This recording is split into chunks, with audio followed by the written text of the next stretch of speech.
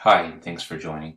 This video is our introduction to an important class of functions for vector spaces called linear transformations. We'll find in a moment that we've seen lots of these functions in the past, 3, 4 chapters. We just haven't called them linear transformations. And we'll see what I mean in just a few moments. Our motivating example that we'll begin with is the following matrix A, 2 by 3 matrix. First row 2, 3, 2, second row 1, 0, -3. So what does this matrix do? Well, we can do lots of things to this matrix, but this matrix is also a map or a function.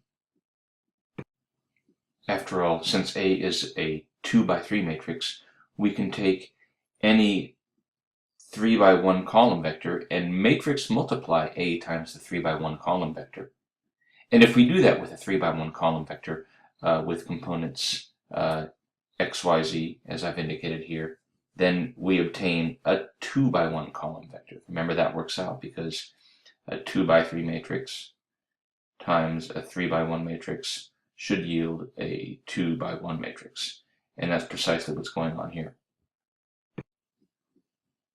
So we put a 3 by 1 column matrix in front of A, and we obtain a 2 by 1 matrix. In other words, A gives us a way to map a vector in R3 to a vector in R2, or otherwise stated, A is a function from R3 to R2.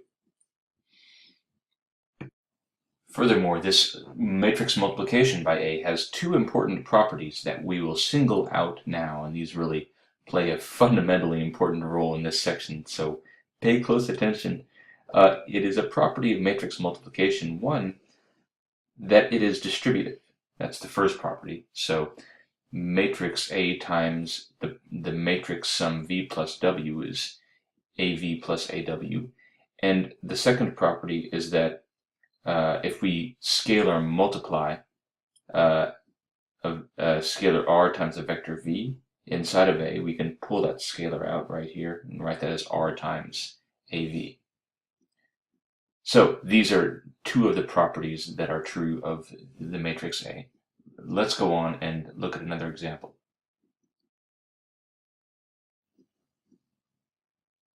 Here's our next example. Let's consider the function f from R2 to R3, which is defined as follows.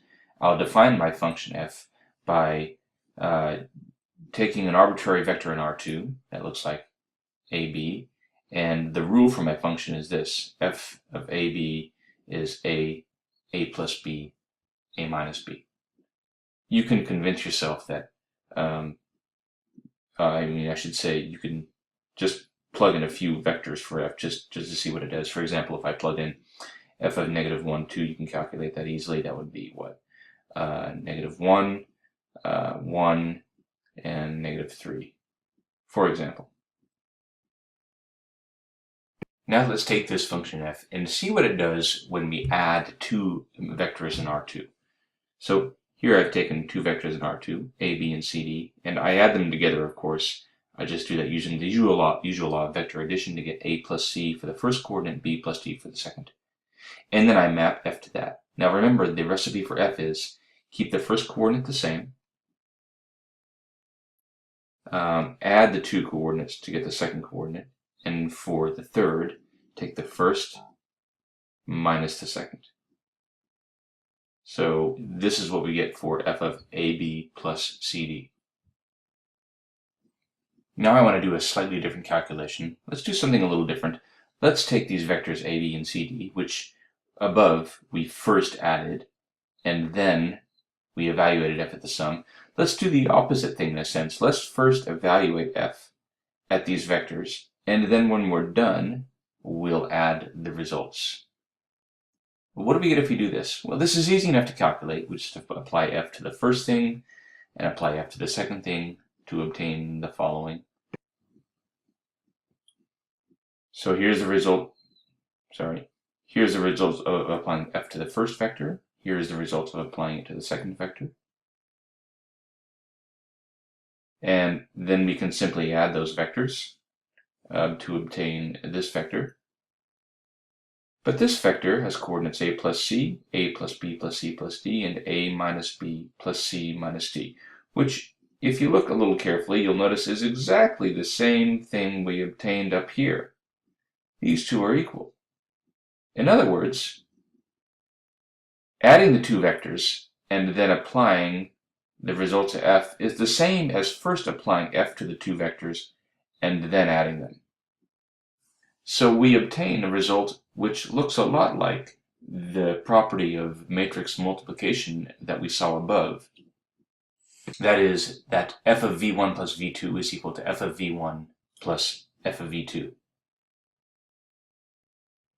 Next, let's see what happens when we multiply ab by a scalar r, as we have done here. So let's multiply ab by the scalar r, and then apply f to the corresponding vector. So of course, when we multiply ab by r, we get ra, rb. When we apply the function f to that vector, we get ra plus rb, and ra minus rb.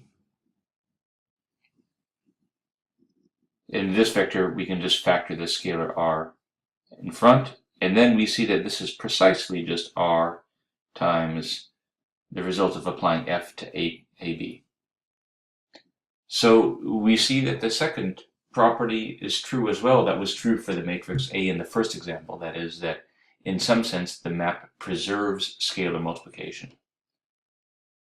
Summarizing these two facts and writing them together, we make the following remark. F of v1 plus v2 is f of v1 plus f of v2.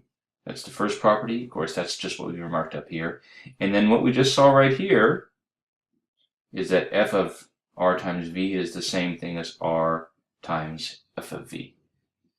So these are, it should be noted, rather natural properties for a map to satisfy between vector spaces. After all, really all we're saying here is that f preserves the vector space structure of addition, and f preserves the vector space structure of scalar multiplication, which is essentially the entire algebraic story of a vector space.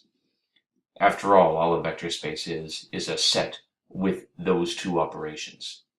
So it stands to reason that the only functions that we should really be interested in are the functions which preserve those algebraic or vector space operations of addition and a scalar multiplication.